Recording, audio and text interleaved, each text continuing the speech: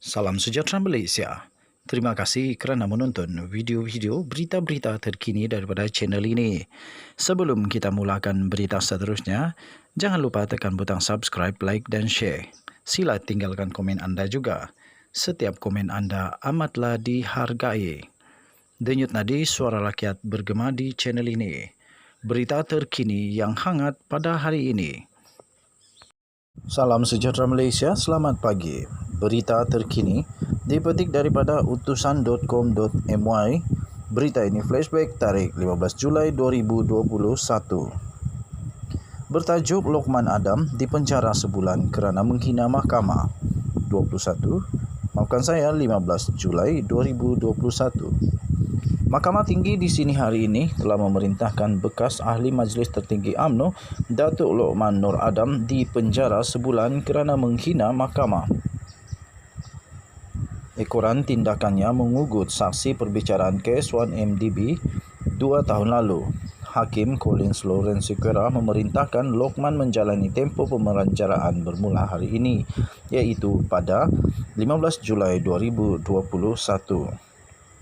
Bagaimanapun, mahkamah membenarkan pelaksanaan hukuman penjara ditangguhkan sementara menunggu pelupusan rayuan di Mahkamah Rayuan. Colin turut membenarkan bon jaminan sebanyak RM3,000 Malaysia dengan seorang penjamin sementara menunggu rayuan. Sebelum itu, Peguam Tan Sri Dr. Muhammad Syafiq Abdullah yang mewakili Lokman memohon penangguhan pelaksanaan hukuman atas alasan kesalahan itu adalah yang pertama dilakukan oleh anak guamnya. Bagaimanapun, Timbalan Pendakwa Raya Muhammad Mustafa P. Kunyalam memohon agar penangguhan ditolak atas alasan tiada keadaan-keadaan istimewa yang boleh menjustifikasi agar permohonan itu dibenarkan. Terdahulu, Muhammad Syafiq memohon anak guamnya tidak dikenakan hukuman penjara. Mahkamah turut diberitahu Lokman tidak mengancam Amhari secara fizikal, manakala saksi itu tidak membuat sebarang aduan rasmi mengenainya. Bagaimanapun, Timbalan Pendakwa Raya Ad Hoc Datuk Seri Gopal Sriram berhujah bahawa Lokman tidak menunjukkan tanda-tanda bahawa dia insaf dengan perbuatannya. Sriram berhujah tindakan Lokman tidak berhenti setakat membuat laporan polis, tetapi dia selanjutnya membuat kenyataan media berhubung laporan polis itu ketika Amhari sedang memberi keterangan. Hujah Sriram, Lokman merupakan penyokong kuat Najib dan memang mempunyai niat mengugut saksi tersebut berdasarkan perkataan yang digunakan dalam laporan polis. Menurut Sriram, wujud kemungkinan saksi-saksi lain juga akan diugut dan perbuatan itu dikhawatiri akan menjurus kepada campur tangan dalam proses kehakiman. Pada 22 Oktober 2019, Mahkamah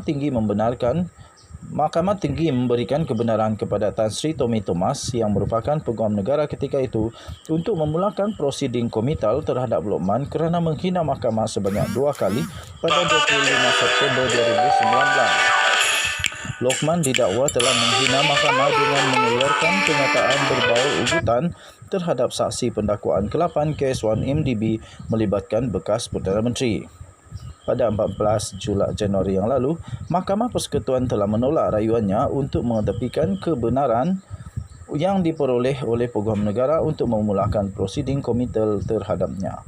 Menurut Tommy, Lokman dalam satu temu bual bukan saja mengeluarkan perkataan berbau ancaman atau ugutan terhadap Amhari, malah pada hari yang sama membuat laporan polis terhadap beliau bertujuan mengganggu dan menakut-nakutkannya. Saksi lain dan mana-mana saksi berpotensi untuk tampil memberi keterangan terhadap Najib dalam perbicaraan kes 1MDB. Sekian berita, salam sejahtera Malaysia. Berita ini dipetik daripada utusan.com.my bertarikh 15 Julai 2021 dengan tajuk Lokman Adam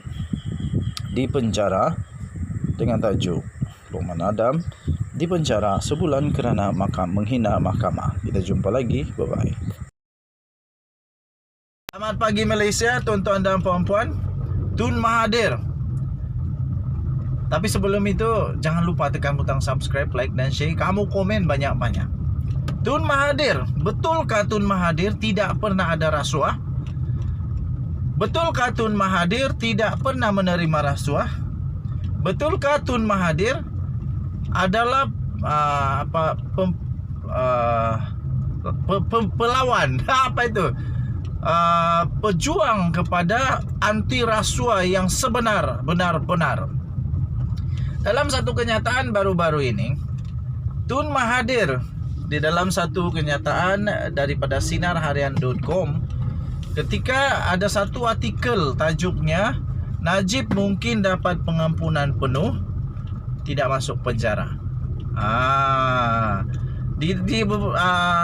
Dua perenggan terakhir artikel itu kata begini. Dalam pada itu beliau berkata, ramai pengundi yang merasakan bahwa mereka tidak mempunyai alternatif lain dalam memilih pemimpin, memandangkan semua ahli politik korup. Pertama, kalau betul apa yang ditulis oleh wartawan pemberita ataupun laman web berita ini, maksudnya Mahathir pun mengaku bahwa dia pun korup juga. Sebab kalau dia kata semua ahli politik korup termasuk diri dia. Oke, tapi bijak juga. Mahathir ini bukan tak bijak, jangan kamu main-main, dia bijak. Di akhir daripada artikel itu, perenggan terakhir.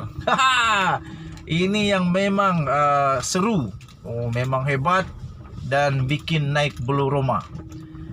Mahathir berkata, nasib baik perkara itu tidak begitu benar. Yaitu yang tadi itu, yaitu semua ahli politik korup. Katanya nasib baik perkara itu tidak begitu benar. Terdapat ahli politik yang tidak rasuah, cintakan negara mereka dan mahu Malaysia sekali lagi menjadi harimau Asia. Coba kamu komen sikit, betulkah kenyataan Mahathir itu? Yaitu nasib baik perkara itu tidak benar. Ada juga ahli politik yang tidak rasuah, cintakan negara dan mahu Malaysia sekali lagi menjadi harimau Asia. Pertama, betulkah ada begitu? Kedua, kalau ada, siapa itu? Adakah Mahathir sebenarnya menunjukkan bahwa maksud dia itu adalah diri dia sendiri.